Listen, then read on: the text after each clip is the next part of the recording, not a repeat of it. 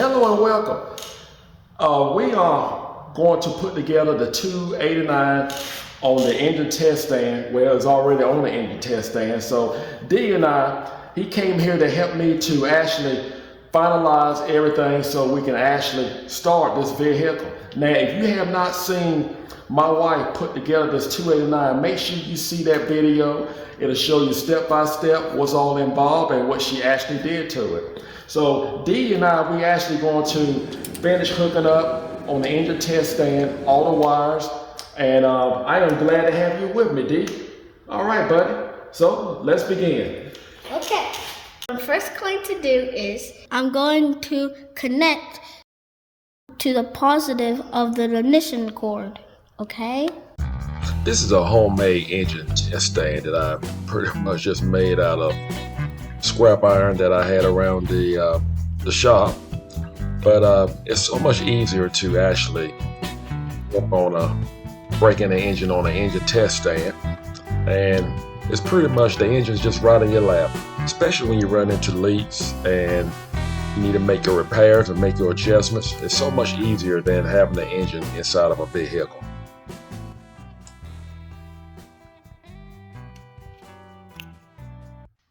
That's what we're going to do. We're going to install the original manifold. Now, you can install your headers. We're going to wait and do that after we break in the engine, because if you install your headers now, depending on the type of headers, you can actually discolor your headers or just damage your headers by breaking in the engine. So we're going to break in the engine with the manifolds, and then after the engine is broken in, then we will install the headers. All right, while D is doing that, he's tightening up this side. I'm gonna come over to this other side. I'm gonna mount this manifold on too as well.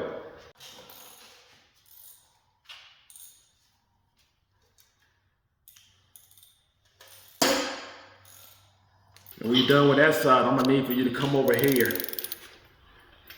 Tighten this side up.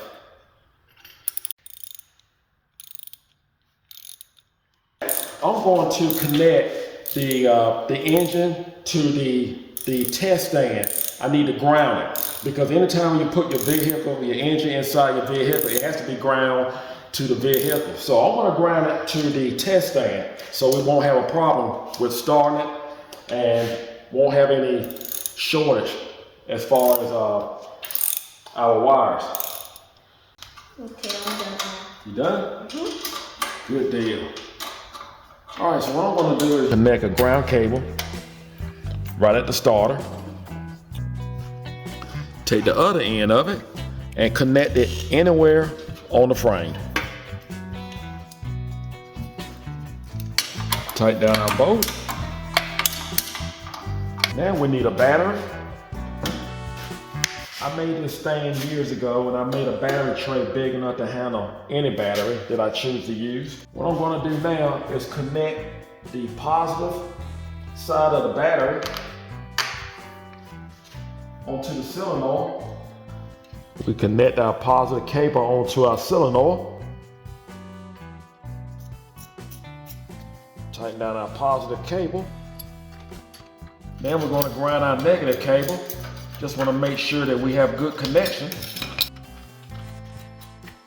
What I'm going to do, I want to leave this negative cable off for now. So when we're ready to actually start the motor, I can just connect it right here. But right now we're just going to leave it off. We have other things to do. Then we'll tighten down our negative cable for our engine.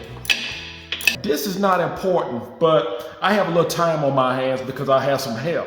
But I'm going to hook up, make a adapter for the manifold to connect a muffler, because we're going to have to raise this engine up to at least 18 to 2,000 RPM for at least 20 to 30 minutes to break in that cam. So it's going to get a little noisy here. So it wouldn't hurt for me to have an exhaust system on both sides to kind of quiet it down a little bit. I just took a little time to make a adapter, and I just took some scrap metal and just cut it out to fit in the pipe here.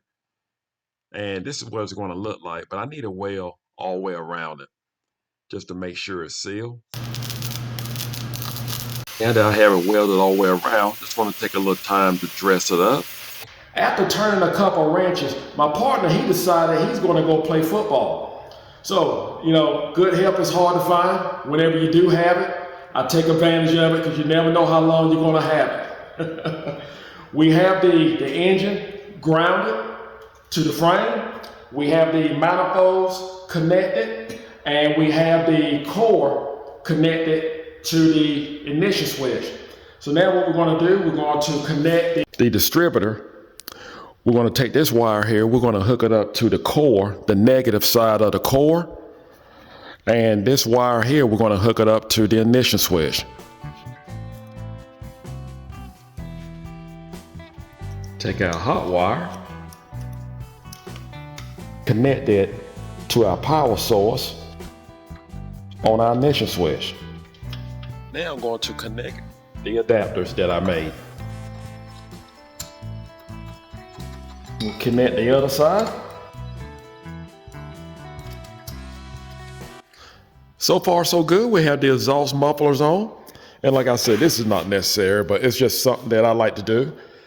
And the reason why, because once the engine is actually broken in, I'm going to have to make adjustments on the engine and time it and get exactly where I want it. And I like for it to be as quiet as possible as it can be. It is very important to use the proper break-in engine oil or engine oil additive. We have added 4 quarts of engine oil. The 289 actually takes 5 quarts of engine oil, or it takes 4.8 liter engine oil. So now what we're going to do, we're at this point, you got to make sure that you use break-in engine oil. It don't matter what break-in engine oil. You can buy from several companies, or you can use break-in engine oil additive. So that's what we're going to do right now. We're going to use a break-in engine oil additive. Make sure you do that. That is very important. It has to be some type of break-in engine oil. If it's not engine oil, it needs to be an additive added to it. It's going to be a little thick, so just let it take its time. So what I'm going to do is just sit it inside here, because I want to make sure I get all of it out. Now, in the meanwhile, while that's draining inside the crankcase, I'm going to actually put water inside the radiator. Now, I'm not going to worry about antifreeze at this point, because when I get to the point that I'm concerned about antifreeze, it will be when all the settings are done, the engine is broken in, and I'm putting it inside the vehicle. And then that's when I put antifreeze into it. But while we're actually breaking it in, I'm just going to use regular water, because you may have leaks and you may have to repair it. So water, you don't mind wasting that. But antifreeze is hot.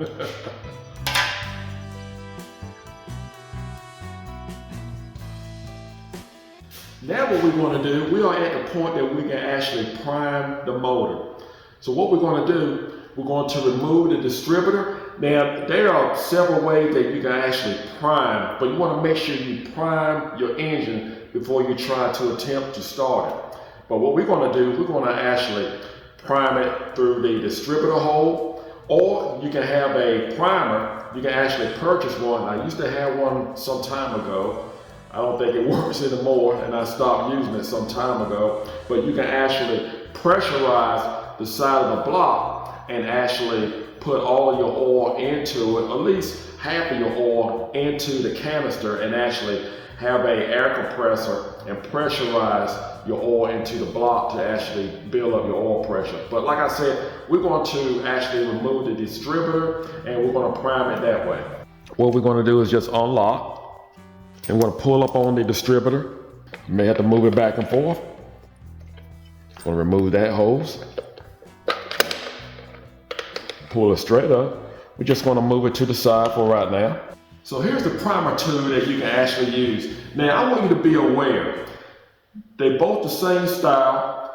289, if you look up a 289 primer tool for a 289, most likely a 5/16 is going to pop up.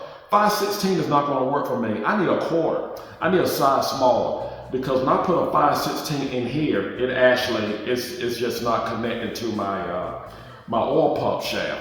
So keep that in mind. There are two different sizes, and you have to pick and choose which one. But for me, I'm going to have to use the quarter for my 289, not the 5/16. The way you use this tool is, this is your guide right here. And we're gonna put the drill on this end, and this is the end that actually goes on the oil pump shaft. So this guide here helps keep your shaft straight. We're just gonna slide it down until we actually connect to our oil pump shaft. And we're gonna turn this shaft counterclockwise. You can see the oil going through the line.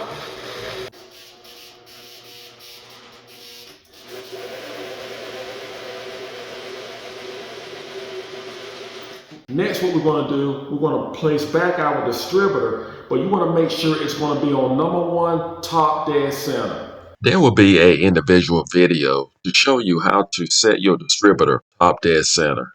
Now we'll place on our distributor and lock it down. And connect your core wire. I believe we have everything connected. We have our fuel line, our throttle. Well, the only thing we have to do now is just hook up our gas. So stay tuned for part 2 as we break in the Ford 289 engine. Do not forget to subscribe. Take care and God bless.